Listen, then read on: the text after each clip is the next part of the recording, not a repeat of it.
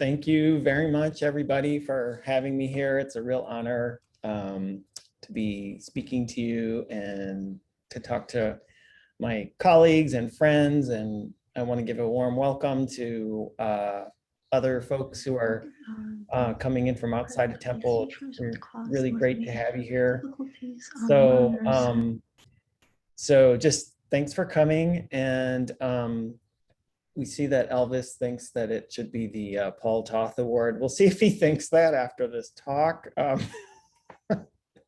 It's a synthesis of many things I've talked about. And the only thing I'm a little unsure about is the timing here. We'll hopefully keep it at a good pace and not have to rush at the end. So I will share my screen. I think I tested this out and I think this is the way I want to do it. Let me make sure I'm doing the right screen. If I go here to start my presentation. All right, what are you guys seeing my screen? You're seeing the main slide, not the presenter version, right? We're seeing presenter. We're seeing the presenter version. Okay, all right, let me stop that and let's try regrouping and do that one more time. There we go. All right, now I think you're getting the main slide. Okay, all right. So the title of my talk is what is the role of grammar instruction in second language learning, a socio-cognitive account. And let me just make sure. Okay, so the goal of the presentation is, first I want to start just by describing the mid-20th century origins of extreme positions on the role of grammar instruction in communicative language teaching, because I think that extreme positions still characterize a lot of what we see in 21st century language instruction where grammar is concerned. I'd like to then describe some counter evidence to extreme positions that have evolved in cognitive and socially oriented research on grammar development in the past several decades, and then identify places where cognitive and social perspectives overlap, and I would propose a holistic socio-cognitive account of effective classroom practices. So how did we get here? In the early 20th century, and through my experience as a young language learner, language learning is characterized by a lot of rote learning and mechanical drills. And since that time, we've seen continuation of those older practices, but now a mix of communicative practices that are trying to create immersive environments, which totally perhaps exclude explicit grammar instruction. And we've also seen activities that are sought to infuse communication in small groups with some kind of grammar instruction as well. And so there's, I think we see elements of all these things in a lot of grammar teaching and in just language teaching in general. So what I'd like to, one of the concepts I'd like to start with is that however we go ahead and try to implement a language teaching and learning program, there are underlying assumptions being embodied in the nature of language, like what is language as the object of instruction, and the nature of learning, which is how do we actually develop skills in language. And so grammar is this big problem because we want to be able to communicate, but then we need these building blocks of language to be able to get there. And to kind of illustrate some of the tension between grammar and communication, I'm sharing with you an example of the Spanish workbook that I used in my third year Spanish class. When I was in high school, I was taking this in 1985, which is already eons ago. And we were using this book that was printed in 1966. And it's supposed to be, practicing Spanish regular verbs. And then, after you do all the drills and fill in all the blanks, then here's all the conversational questions that come afterward. And what they have in common is that these are all using these stem changing verbs. The roots are irregular, and so that was the point of this activity. In the meantime, this one of the same authors are still around, and I was able to pick up this book at the ACTFL conference. And of course, now it's understood that we need some communicative, languages about communication and meaningful communication, and not just practicing and memorizing grammar. So this is the 40 years later version, or 50 years later, of the previous book, where they're trying to focus again on using those normal present tense verbs. And now we've added here this communicative part, where you're saying you're speaking to a foreign student at school, answer the question. So now we're having a conversation, but here are the conversation questions, which we can see are, you can call it a conversation, but no one in any real conversation would ask this series of questions. This is still really about just, show me that your irregular verbs in Spanish. So let's wind back a little bit to where some of these ideas came from. Prior to the 1960s, the predominant model of language learning and language itself was that language is a set of structures, and that communication was really about internalization of habits and habit formation. So B.F. Skinner was kind of one of the leading psychologists behind that idea. And so environment was everything. And kind of language use was all about acquiring habits. So we get the drill and kill, or repeat after me. But then, as many of you know, Noam Chomsky was sort of a leader in the field in critiquing this perspective by saying, how could we possibly, through the environment, just come to know and be able to use all the sentences we'll ever need just through imitation and repetition and so on. So he proposed that we have a cognitive system in our mind that is innately dedicated to processing and dealing with language. He argued that the fact that all normal children acquire essentially comparable grammars of great complexity with remarkable rapidity suggests that human beings are somehow especially designed to do this. But he also took the step of sort of separating, in the tradition of Cartesian philosophy, separating the mind from the actual body and exterior world of use. I think, therefore, I am, competence does not equal performance. So what's in your head as this knowledge that generates this, production is not the same. So again, we're sort of separating grammar from communication in this model. Some of the initial pedagogical impacts that we're talking in through the early, the 60s and 70s, and also, still affecting the way a lot of textbooks and materials are designed, is that we have this grammar in learners' heads that needs to be developed and then needs to be practiced.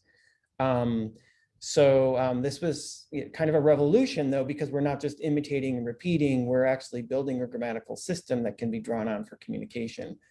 So Wilga Rivers was a major leading figure in foreign language materials development and foreign language policy in the late 60s and early 70s. So she, said that we need to actually practice communication by drawing on this grammar. What was predominant in textbooks that I experienced and also that I think are still around now. You can see echoes of this design where you first sort of drill a grammatical structure mechanically without really a lot of attention to communicative meaning.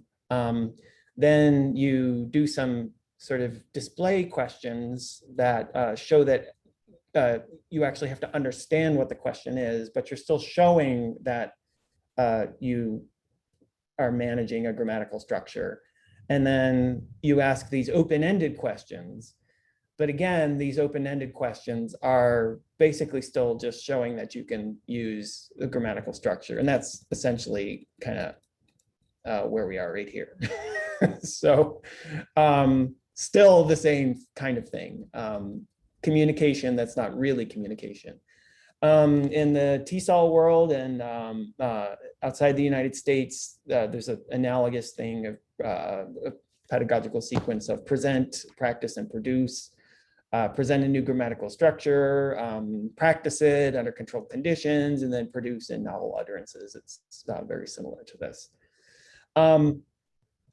So somewhere along the lines, though, Chomsky didn't just have full sway in linguistics and in theories of language.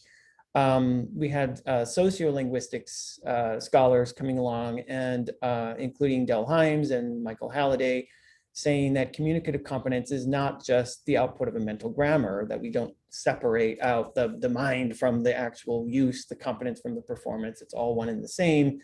Michael Halliday also tried to develop a model of grammar that integrated everything into kind of a more holistic view where grammar is imbued with social meaning and systematically organized for social purposes. So performance equals competence, communicative competence. And that's what really mattered. So another pedagogical research in the 70s that was also kind of having major pedagogical consequences was testing and assessment measures that showed through tasks that involved picture narration and story narration sequences that learners at different proficiency levels seemed to develop accuracy in predictable sequences. So this is looking at large-scale quantitative results on narrative tasks involving people at different proficiency levels. And it seemed like, and they were all, it was second language learners of English. So they seemed to this seemed to be the set of structures that most learners, regardless, from beginning levels all the way up, seemed to be accurate with. And then as you went up through proficiency levels, you saw this sort of scaling of different grammatical structures with increased proficiency. Again, I continue, point out this is a large-scale quantitative study. But this led to Krashen to argue that, hey, this connection between teaching grammar and expecting it to build this communicative system with a direct connection is not working. There is not a direct line between grammatical instruction and availability for communicative use. So he comes up with his famous comprehensible input hypothesis that took an extreme position, a sort of opposite extreme position from thinking that you're going to teach the grammar and then practice it into communication, that no, basically don't even bother teaching the grammar. Formal rules or conscious learning play only a limited role in second language performance. Acquisition depends on comprehending input with structures just a bit beyond the learner's current level of competence. And when input is understood and there's plenty of it, then this I+1 will be provided automatically. So, and then finally, this production or speaking ability just emerges. It is not taught directly. So kind of what he's telling teachers is it's just, you don't really have to do anything other than worry about making sure you're speaking comprehensibly. And then you just get this sort of shower of input. And that's all you got to do. like, the teacher's the little shower spigot, and then all the comprehensible input just comes, trickling down, and don't worry, it'll just be provided automatically. And for many of us who are experienced in the field, we may look back on 1982 and and kind of think, yeah, like, we know better than this now. I, in 1982, was still getting the drill and kill as a young 8th grader. But, this was the cutting edge of research in applied linguistics at the time.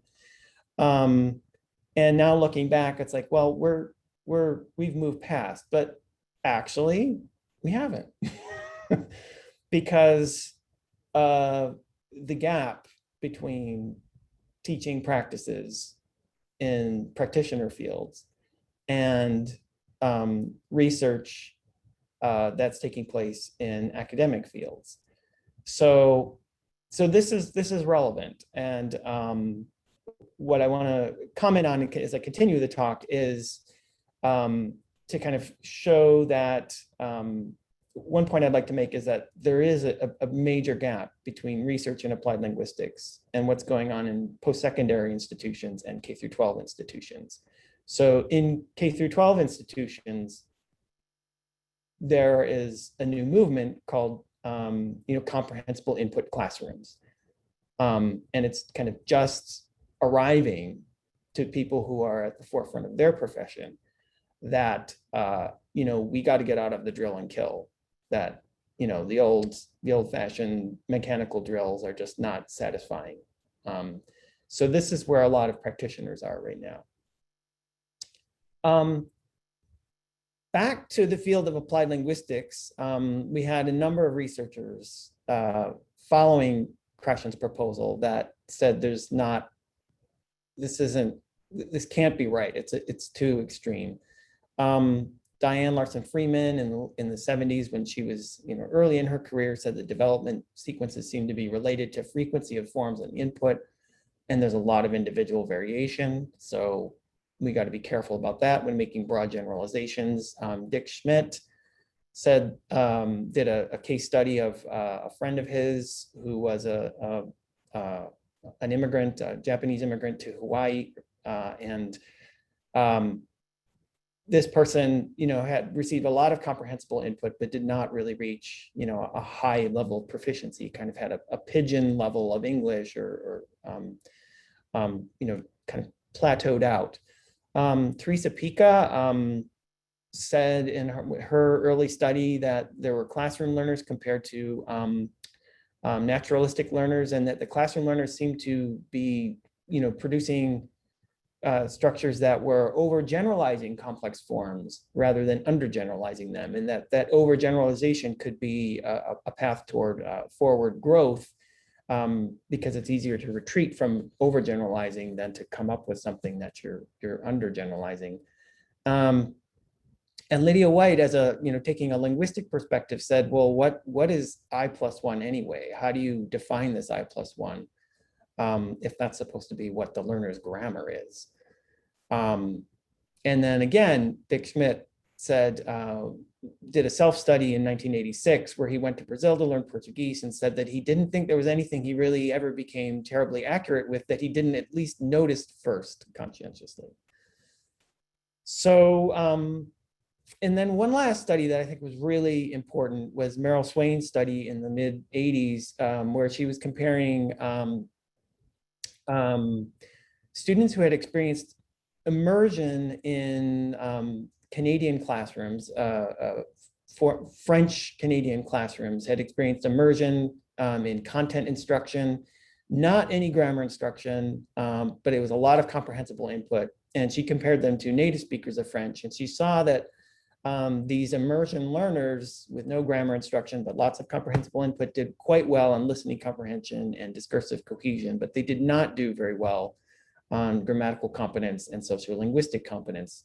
So she said, comprehensible input can't be enough, that these immersion students need to be pushed to speak as well. So this a lot of evidence that this kind of autopilot of just immersion and comprehensible input is not really the answer. But it's a simple solution to a complex problem. More recent evidence has shown a lot of similar indicators that we don't see a direct connection between explicit grammatical instruction, but we see an indirect connection. So these are, this is a famous study from 20 years ago, and then only 10 years ago, where there's looking at sort of a meta-analysis of many studies that have looked at, formally grammatical instructed learners to non, and finding larger learning effects. Goldschneider and de Keyser looked at these purported fixed developmental sequences and said, rather than it being some fixed program in the brain, that you could kind of analyze these sequences and see correlations between the salience of these structures, their complexity, the regularity, the kind of syntactic category, and the frequency. So there's like properties of the structures themselves that seem to explain these broad patterns rather than some magic program in the mind that we just can't do anything about. And then there was also a study on corrective feedback, showing again, study of corrective feedback was a meta-analysis of many studies looking at it and finding, again, an effect size for that. To look at some individual studies on the role of, explicit grammar instruction compared to people who were not instructed. I did a study with a colleague, Pedro Guijarro Fuentes, and we had an explicitly instructed group with a control group that had been implicitly instructed, and finding, the explicitly instructed group did better. Similar down here, Cintron, Valentin, and Ellis, that explicit instruction and Latin verbal suffixes affected how they attended to the noun case suffixes. So they were taking measures of where their attention was going, and found that explicit instruction seemed to, affect what they were attending to. Zhang and Lantolf looked at explicitly instructed Chinese learners, and saw that this was a smaller scale study with kind of traditional, comprehension and production tests, and saw that some of these people could skip these supposedly indelible developmental steps with really focused explicit instruction. And then there's a couple other more recent ones as well. This was a word monitoring task that Gottfried did with the L2 German learners. They were implicitly flooded with examples of vowel changing verbs in German. And then they had to sort of monitor a word in a task. And, it was like, do you recognize this word? And only those who had noticed the structure during the flood improved on their oral production in the word monitoring task. So we're seeing similar kinds of indicators pointing in the direction of that explicit knowledge about grammar it affects how you pay attention and kind of the way you make sense of what you're doing, and can have impacts on production. So, where we are right now is kind of trying to understand, like, well, what are these impacts, and how does attention get manipulated by different kinds of grammatical explanations? Lastly here, before I go on, just this Hirakawa, Shibuya, and Endo study showed that there was an explicit instruction group compared to, there was an explicit instruction group compared to an input flood group, and then a natural exposure group who had studied abroad, and the explicit instruction group did better on timed sentence preference tasks. So, so kind of all similarly pointing in that direction. So I'd like to shift now to just kind of talking about what cognitive and social theories, what sense they make out of these kind of research evidence that we're seeing here. So Yeah, just checking my time. Okay, so from a cognitive perspective, what we're kind of thinking about is like having a grammatical explanation in your head is important because it helps you make sense of what you're seeing. And so a good grammatical explanation should help learners clearly assign category membership to concrete linguistic instructions while using the L2 in real time.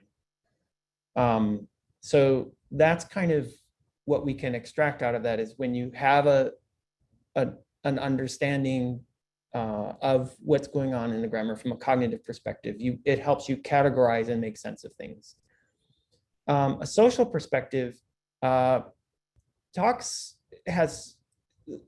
takes a similar approach about sense making, but from a more holistic perspective. Vygotsky says that consciously manipulable scientific concepts supply structures for the upward development of a child's spontaneous concepts that develop through informal experience. So in other words, having a good scientific, he calls it, understanding of what's happening helps you organize the sense that you're making out of your daily experiences. So we need useful, concise, kind of real-time guidance in what we're doing in grammar instruction. So I'd like to kind of take each of these theories and just kind of represent them to you, or each of these general approaches visually. So from a cognitive perspective, we're kind of still within the sort of overall approach that Chomsky took of kind of focusing on what's going on in the mind as separate focus of study from activity in the world.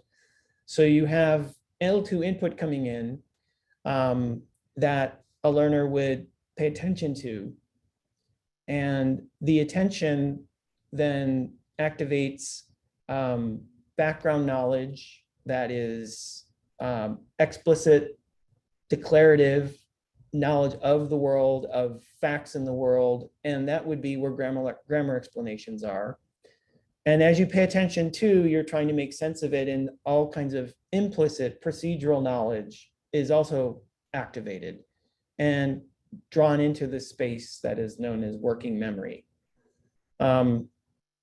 So it's kind of a process where you pay attention, and then out of long-term memory, the different kinds of long-term memory we have about facts in the world, declarative, explicit knowledge, and then implicit procedural knowledge about how to do things, how to understand what's going on, how to engage in an activity. These are, they kind of come together to sort of make sense of what's going on. And some people, Cook in 2004, and talking about working memory, kind of depicts it as this space where whole qualia, he calls them, emerge. And it's kind of like an iceberg, that you have this layer of what's in working memory that is conscious and declarative, and together with related and what seems to be relevant procedural implicit knowledge about what's going on and what you're, what are you doing in this space, and it brings it together into a whole. And from that comes L2 use. So that's kind of my understanding of the latest in cognitive psychology research on this issue. From a social perspective, we're looking at it more holistically. We're not teasing apart whether it's explicit or implicit knowledge, but we begin with learners having agency to the power to choose and direct activity in a chosen direction. They, when you're working together in a classroom with a teacher or with peers, and you jointly engage in an activity, you're directing your agency to this activity, and that creates a space of shared understandings. And that space of shared understandings is called intersubjectivity. And then that from that shared understanding comes affordances, or what we mean are resources or tools for continuing to engage in this activity together. So we could think of a grammatical explanation as an understanding, a conceptual understanding of how to control and mediate our activity in the world. And then it comes from the teachers, materials, peers perhaps that we are engaging with. And this is their model of learning from a sociocultural perspective, that you create this shared space of intersubjectivity. It's in sociocultural theory often called, the zone of proximal development, where you're engaging someone where they begin in their what they can do autonomously, and then through this shared negotiation of understanding, you push them forward in their activity to some new level of growth. So a grammatical explanation would perhaps become a conceptual tool for doing that. Okay, I just have a short slide just kind of clarifying, that what agency is, that it depends on the activity and the initiative of the learner. So that involves motivation, attention, and motivation. It is not merely, however, the control that a learner exerts over an activity, but a learner's action potential mediated by social, interactional, cultural, and instructional factors possible in both individual learners and learning communities. So it's a function of what learners can do and what sense they could make out of, say, a grammatical explanation or an opportunity to use language is going to depend on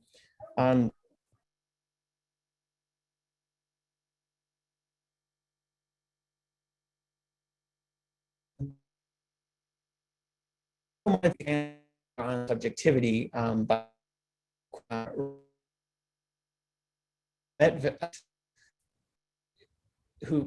my internet connection is unstable. Hang on a second. Okay. I like this quote, whatever is made known is made known by an I to a you, whose different though partially shared social worlds are temporarily brought into some state of intersection by virtue of the intersubjectivity established by the here and now of their dialogue. So I think this is important because it highlights the idea that whatever grammatical concept is going to be taught has to be appropriated within the learner's understanding of what is being said and what is going on.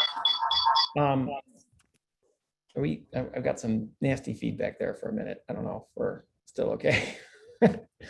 You guys just stop me if we start to have some technical problems. When I was teaching, Comcast was not always very good to me, and I had some hiccups.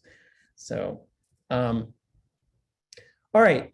So what I would like to do, next slide, is just to kind of show that this iceberg of working memory that comes in from a cognitive perspective becomes something that's shared out of intersubjectivity when we are teaching and learning. And so it kind of raises the question of what is a good way to teach grammar? What is a way to explain it so that it becomes meaningful, useful, compact, and usable to the learner from the learner's perspective? So just to summarize, I'm going to switch quickly, be transitioning to an example from a recent publication that I have with some other people in the Temple team here. But grammatical development depends then on instruction providing opportunities to focus learners' attention on certain aspects of the second language. And these are aspects that should be useful, meaningful for the communicative activity that they will be applied to. So we're kind of shifting from the idea that you acquire a grammatical system for its own sake to an idea where we try to teach pieces of that grammatical system and bring them into awareness so that they can be meaningful tools for communicative activity. And that's kind of, I think, where we've come in the past several decades, is to realize that you don't directly teach the grammatical system so that it will develop. You teach learners how to understand what's happening so that they can use that understanding and implement it in communicative practices. So communication provides opportunities to create personal histories of meaningful activity. So I'd like to just show you an example of a study that appeared recently in edited volume on languaging, which is the process of people talking through grammatical explanations to help them understand their language use. And this study was focusing on a target structure. It took place in a high school in third year Spanish high school Spanish class, and we were trying to create communicative context for learners to notice and focus on and appropriate this use of a pronoun se, which is it's a reflexive pronoun, but also the same thing can be used to derive passive and impersonal constructions. So I want to just say, when I was designing this data gathering project, it turned out to be this turned out to be harder for learners than I thought it was going to be. And what's hard is, so first of all, like this is an example for those of you who don't know Spanish. This is like the reflexive say. So you can see that you have a transitive sentence here. And when you get rid of the patient here, if you will, so that it's just the niños, the children, then you have the say, then they're like, it's interpreted as they're doing this to each other or doing this to themselves. So that makes it reflexive. But the say can also get rid of an agent. And then you have a patient here undergoing the action, and it becomes very often, most often becomes the subject of the sentence.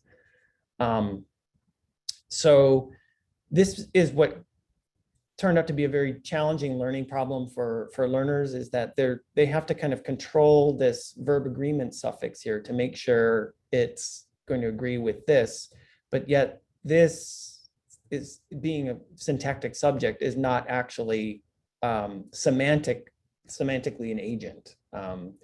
So that's what's really hard, that conceptual difference of what's controlling the verb agreement is not actually doing anything, it's undergoing it. Some verbs also create an equivalent to this structure down here. When you get rid of the agent, it's zero derived, inchoative, spontaneous change of state. And that's kind of messed up too, because I mean, you'll see look at all these English equivalents, and then here's a zero. There's nothing there in English, and you've got to learn that say could be all of these different things. So what they had a series of lessons, and what they were supposed to do is like we had like I'm not going to go into all the details just to kind of for time's sake. There were like 3 lessons though, and they had texts that had examples of say. And what they were supposed to do after like working with the text in a reading comprehension activities was to pull out the ones that the teacher identified, pull out sentences. Some of them had the say and some of them didn't have the say, and kind of organizing them into columns. This was a restaurant review, and so the teacher said, pull out all the sentences that seem to be talking about the restaurants in general, and then pull out these other sentences and say which ones are talking about the restaurant reviewer, and look at all the ones that have the restaurant reviewer don't have the say, and the ones that are talking about the restaurants in general do have the say, trying to show like, look, this is an impersonal construction. And then they had to sort of work in groups to figure out, propose some hypotheses, and then they got together with the teacher afterward and try to like come out with a rule and come up with their own explicit understanding of it. So there was a lot of, there's performance assessments administered and showed that that these 3 lessons did, help learners improve and so on. But what I want to show you about this data is that we were looking at in the transcripts of them trying to work out in their small groups what was going on, and then the whole class constructions, or the whole class follow-up afterward, and kind of tagged the words that they were using as formal or informal. Token just means that they were just talking about a word in the text, so that wasn't really a formal or informal word to talk about the grammar. It was just like, this word is the blah, blah, blah. So what's kind of interesting more than these bars is just the words that they used to try to talk about what they thought was going on. So what you see here in these form, they were talking about language form here. They used a lot of these kind of terminology that reflected concepts that they already knew. So to talk about like, what's the subject, what's the direct object, what does say mean, what doesn't it mean? When they were talking about the actual impact of the use of say in these constructions, they were using a lot of informal terminology. And they were talking about its impact on the meaning of the sentence, as though they're talking about a doer. They were talking about a sentence being just in general and specific, spontaneous. But what's kind of fascinating about it is that you can see the act of trying to make sense of language use in the way they're talking about formulating their rules. And you see them drawing on background knowledge that included a lot of this kind of formal terminology from other grammar rules that they had learned, and then sort of grabbing onto informal kind of terms to explain something new. So this was kind of interesting too. Just an excerpt from one kid, Pepe, that's his classroom name, that's not his real name.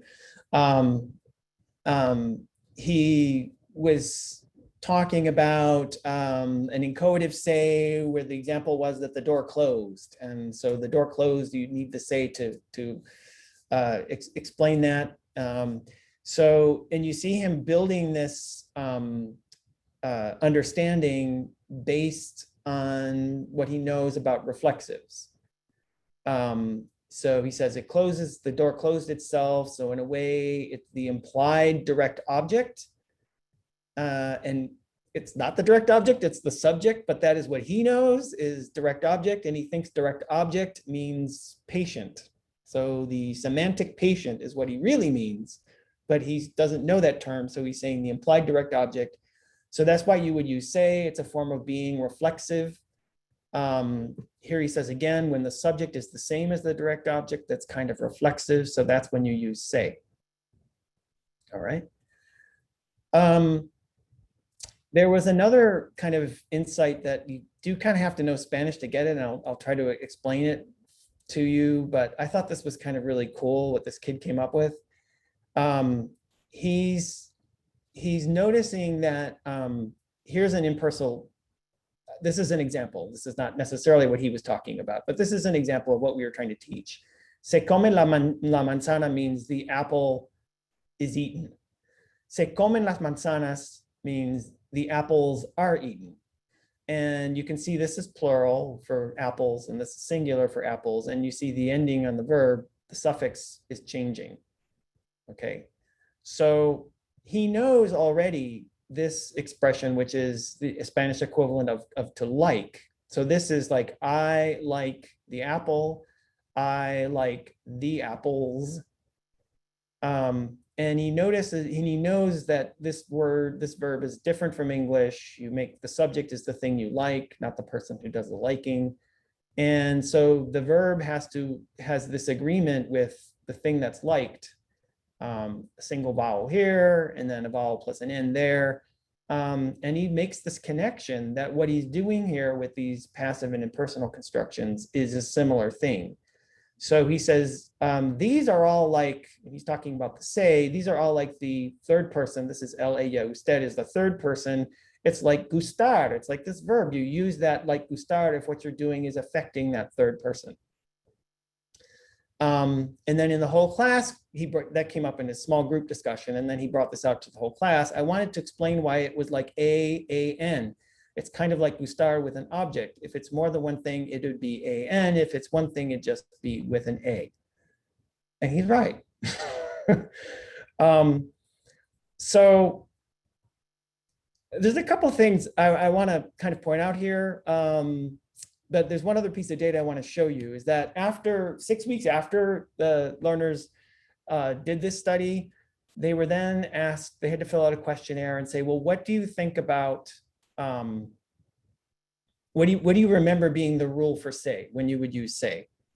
And what we find is that they're using, the words that they are using to describe say are either the most frequent ones that came up in the database, like in general, or there's one about reflexive. That's either the ones that are most frequent or the ones that reflect prior knowledge.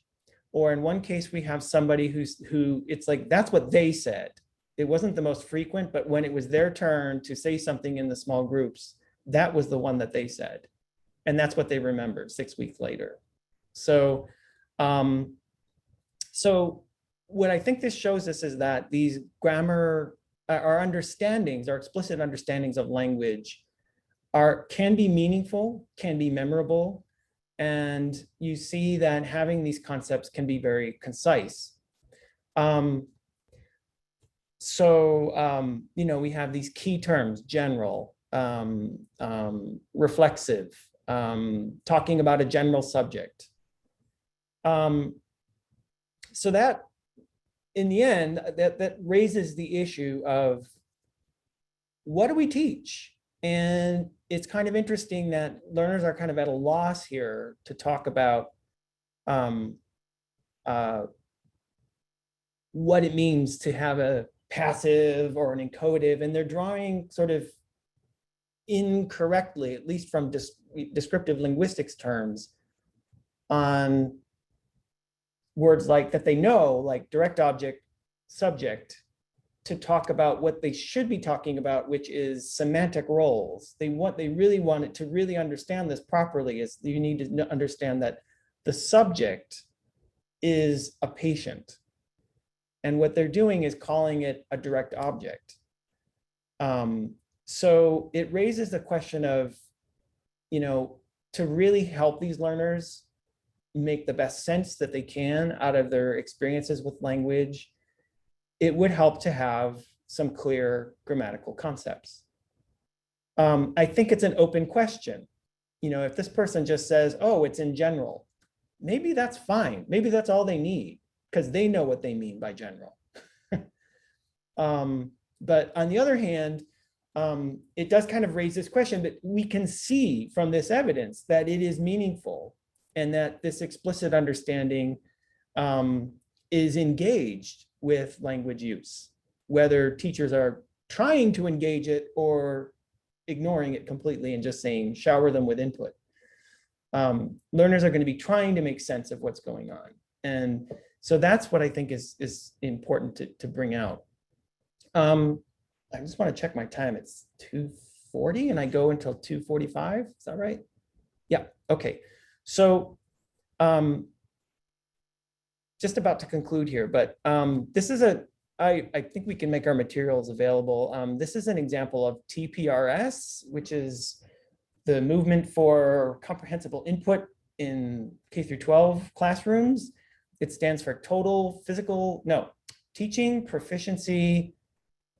It used to stand for total physical response through storytelling. I think it stands for teaching proficiency. I don't know what the R is for storytelling.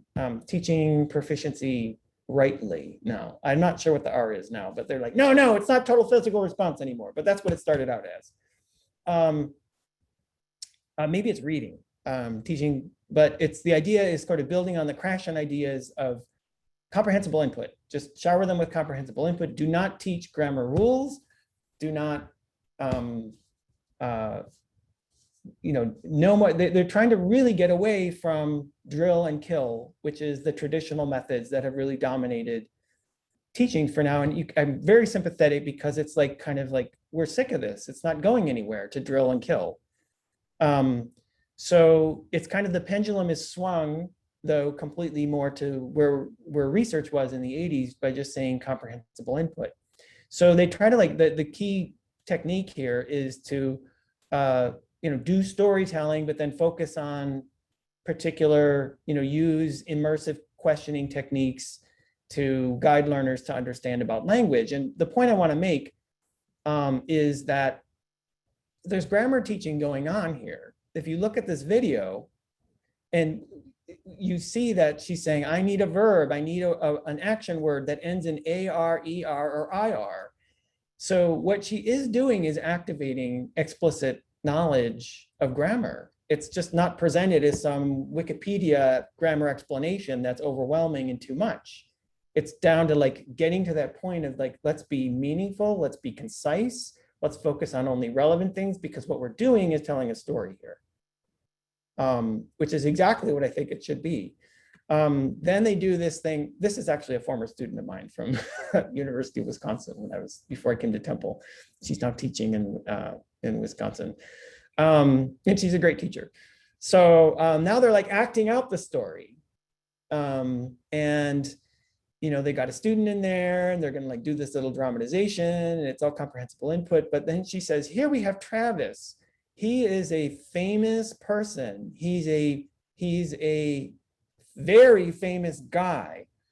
And you see that as she's saying this, she's drawing attention through her intonation and making that vowel longer and louder, to this agreement between the person and the famous, and then the guy and the famous, and look, the verb, the adjective famous changes. So this is not no grammar teaching, is kind of a point I want to say. So just going to conclude with some thoughts from an article that I wrote with Kara Moransky a couple years ago, that sociocognitively, all language is purposeful, but classroom language must be made meaningful. There's a purpose to every piece of language we use, whether it's a grammar drill or communication exercise, but we have to ask ourselves, what is the purpose? Is the purpose going to be to exchange meaning, or is the purpose going to be simply to reproduce and display grammatical knowledge? We learn by doing. So if we want people to learn to communicate, they have to be doing communication. But still, grammatical knowledge matters, because that's our understanding of what we're doing. And when you're a beginner, a novice, intermediate, even an advanced learner, having some understanding of what these tools are that you're using helps guide you to using them effectively, and also to understanding more what you hear other people doing. And that social context co-construct development, so that who we're learning from and what we're learning from them also matters.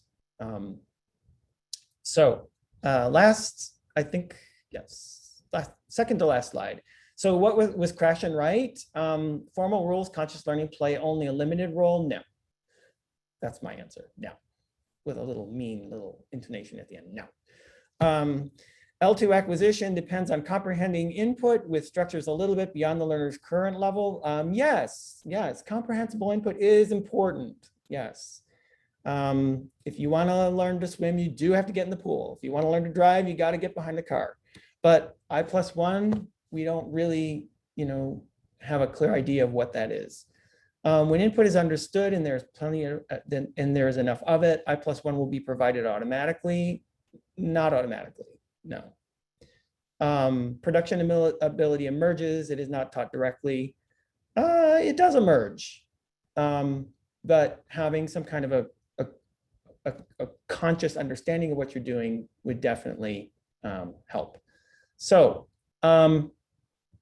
here's my little model of language teaching as a socio-cognitive process. Classroom tasks and interaction are sort of sandwiched in between the space of learner psycholinguistic processes and the social norms and expectations that we find in our classroom. So thank you for attending this talk. And I hope we can get back to live classroom interactions again sometime soon. Thank you, Paul. Yeah. Done. Now we have about 15 minutes to do a Q&A. So you can either type your questions in the chat on Zoom, or you can just unmute yourself. This is your opportunity to pick Paul's brain. Pick my brain. I feel like a baboon with a, just come in, pick my brain, pull the nits out of my.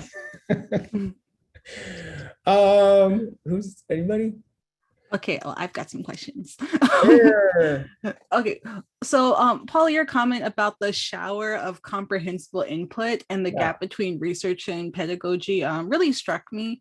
I think this has probably been an ongoing issue, but how do you think we can bridge the gap between second language pedagogy and research? Or do you think, as Katie mentioned in the comments, it's not necessary, as students seem to be making sense of explicit grammatical knowledge without being directed by their instructors?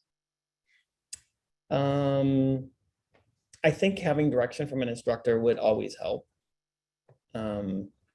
because that's a very Vygotskian idea that you don't want to just leave people to fend for themselves. I mean, they will figure something out, but that's kind of the purpose of teachers, is to take their, disciplinary and cultural knowledge and, guide learners to think differently and think critically about what's going on. But how can we bridge the gap between research and practice? I think that's a huge underappreciated calling for people in our field, is to get out of the ivory tower. And there's a lot of socially structural impediments to doing that, in terms of what K through 12 teachers have incentives to do. They're very busy, harried, not always rewarded for learning and professional development. And then the same thing, post-secondary people who are researchers are harried, busy, and we end up in our sort of separate bubbles of understanding, who are we talking to and how do we talk? And there's not a lot of mutual understanding going on. So I think, like, if there were more opportunities to do research in K through 12 settings, it's more of a hassle than post-secondary, but I think it's worth it.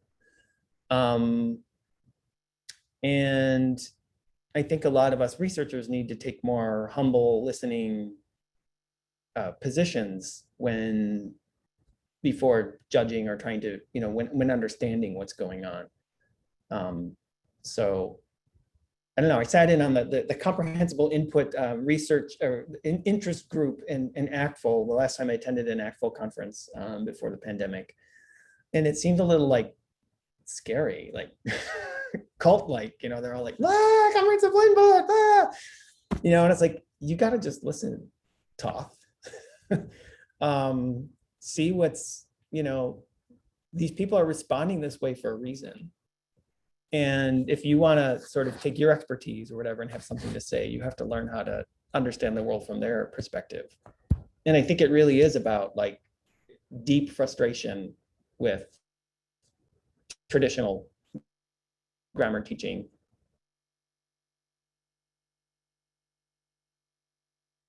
Uh-oh. But I would Paul, you're breaking up a little bit. nuance. Sorry, I should have just my phone. Okay. Okay. How about, are we okay now? Yes. God. Comcast! Comcast! We're paying for the blast, but we're not really getting a blast. We're getting a crash. I think Meg has a question or comment, and then Katie. Paul, thanks so much for that. That was really fun. One question I have is, how can we use assessment to help support the kind of instruction we want? I mean, it's great to talk about being more communicative and getting away from the kinds of things that we did when we were in school. I think we're the same age, except I'm now. Yeah, I was born in 68. I don't know about you. I was born in 82. Okay. Yeah, you don't have to reveal that. No, I wasn't born in 82. Okay. But anyway, enough about how old we are. How can we use assessment for that? Because I often think assessment is where everything falls down, right? I mean, you're trying to, like when I took French in Action when I was in grad school, I did everything. I went to the test and it was like dictation and grammar. And I called my mom and said, could you please send me your French book? She was taking French in college because like, I'm going to fail this class if I keep learning about these people swanning about Paris. Yeah. So, any thoughts on that? Yeah, well, this is another thing. I feel like the world of testing and assessment is like another, it's another planet in the same solar system as the kind of work I do on classroom instruction, because I don't get it, honestly. We need to like communicate more and understand more. I kind of, the first answer that comes to my head is like, well, can't we make testing and assessment, reflect communicative learning outcomes? I don't know what to say beyond that. And that kind of seems like there's something wrong with me not being able to say more beyond that. Like, could you have, does that mean giving everybody an oral proficiency test instead of an objective test? How would you do that on a massive scale? I don't really know.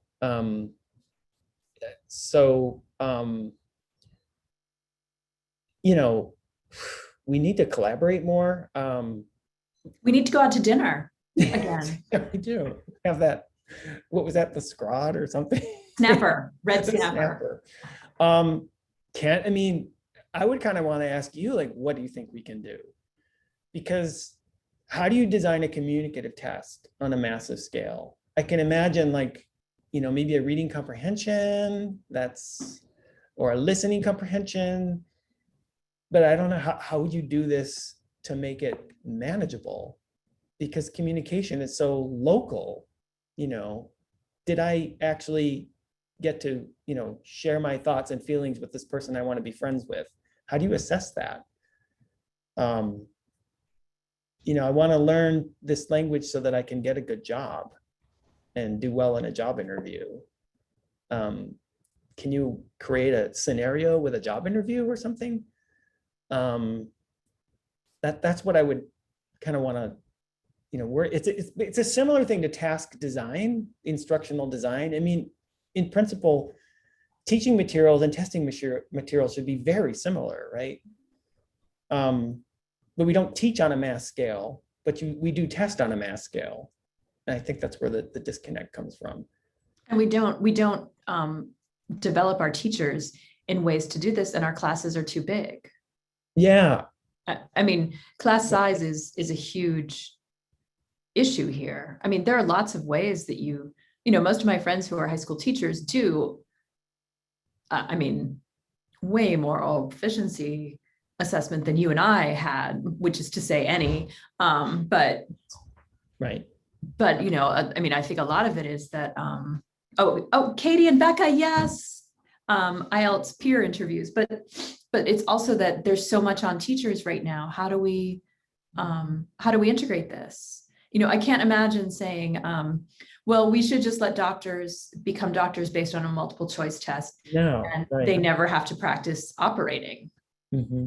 Mm-hmm. Grey's Anatomy. Anyway, you know, it's anyway, since the next generation is here, let's work on this together. Yes, definitely.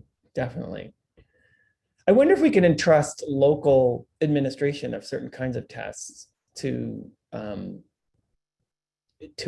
a larger scale reporting system. You know, Yeah, I think it would be great. These are things I've worked on with schools off and on over the years, but you know, it's not just that there isn't any funding for them, it's that there isn't any time. Like we need to build in more time for assessment and for aligning instruction with assessment. I mean, I could plow through those tests, you know, 45 minutes. I was done in 35 and I got to do my homework from my previous class when I took Spanish in high school. But Senorita Colosi was really into as much communication as she could put in 1982. You know, and so I don't think it's an either or. I think we can do both. We just haven't found a way to do it because we testing people are so scary, right, Elvis? Yeah, where's Elvis? Did he bug out? I'm here and I'm not scary. Okay. But your camera's off, so, you know, might be a little scary. There he is. What are any other thoughts or comments here? Yeah, so we have a few questions. I think Katie was next, but also I'd like to highlight some of the comments in the chat. I haven't been able to see that. Okay, so I think we already talked about the Cambridge English style peer oral interviews that Becca talked about. And like also IELTS is a similar oral like testing.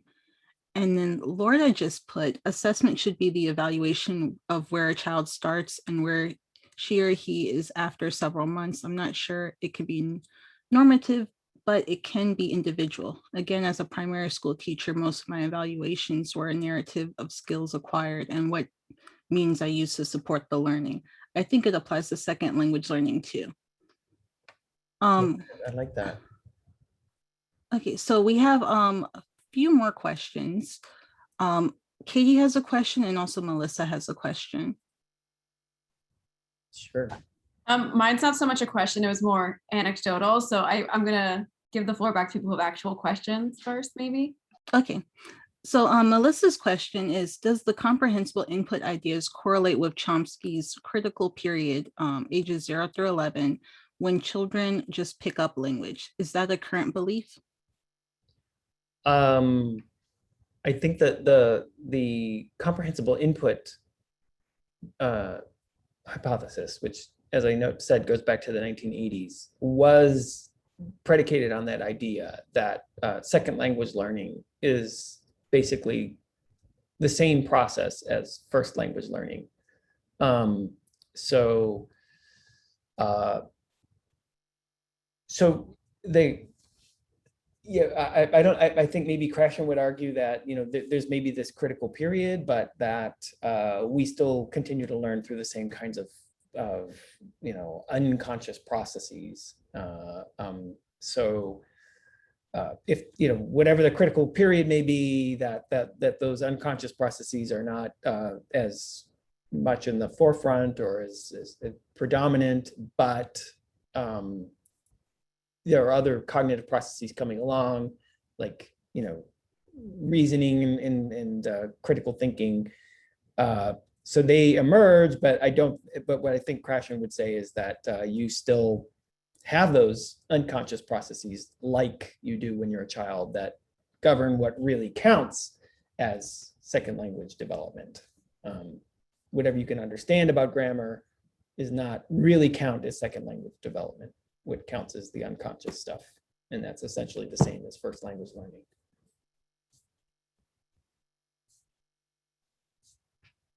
So what else we got here?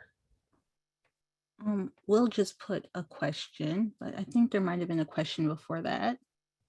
Maybe. Oh, no. Okay. We'll skip to Will's. His question about tensions in sociocultural theory and cognitive theory that can be worked through and others may not be resolvable. Yeah, I think the tension is just simply that there's a lot of the research methods are very different and the focus of interest is very different. So cognitive theorists are generally trying to, identify pieces or components of cognition as, to sort of, you've got this amazing computational engine in your head, basically, and they want to kind of find out what the different parts are. And they want to talk about it in general terms, to say like, this is what the human brain can do. So you necessarily have to abstract individuals away from specific contexts and be able to call things that are going on at the same time, like explicit, implicit knowledge, declarative, procedural, perception, attention. You have to be able to call them different things, pull them apart, and kind of say where the boundaries are. And that's very different from a social perspective, where you're basically, what counts the most from a social perspective is what do you actually doing in the real world? What is, the focus is on activity rather than what's behind the activity, or trying to like deconstruct what's behind the activity, which can never, you can only infer what's going on behind the activity. Cognitive theorists have a real task of how do you operationalize this? You can only ever observe behavior. So what does that behavior represent? Whereas social theorists can just take the behavior at face value and then try to interpret it from the vantage point of outside the person's head. So I think sensible people who are on either side of that theoretical divide don't have tension. They just recognize that there's kind of different foci and different approaches and so on. People who are not terribly sensible can kind of they fall prey to the human foibles of, just thinking that everything that they focus on is all that really matters. And, I have a theory of everything when it's just my theory of my corner of the world. So. Okay. Thank you, Paul, for that answer. We're running a little bit over time. So yep, okay. So everyone, I'd like to remind you that the poster session will be starting immediately after this. So if you have any questions that weren't answered, just post them on Whova in the Q&A session. Thank you, everyone. Thanks, everybody. Thanks for attending. Good to see you all. And Tiffany, I saw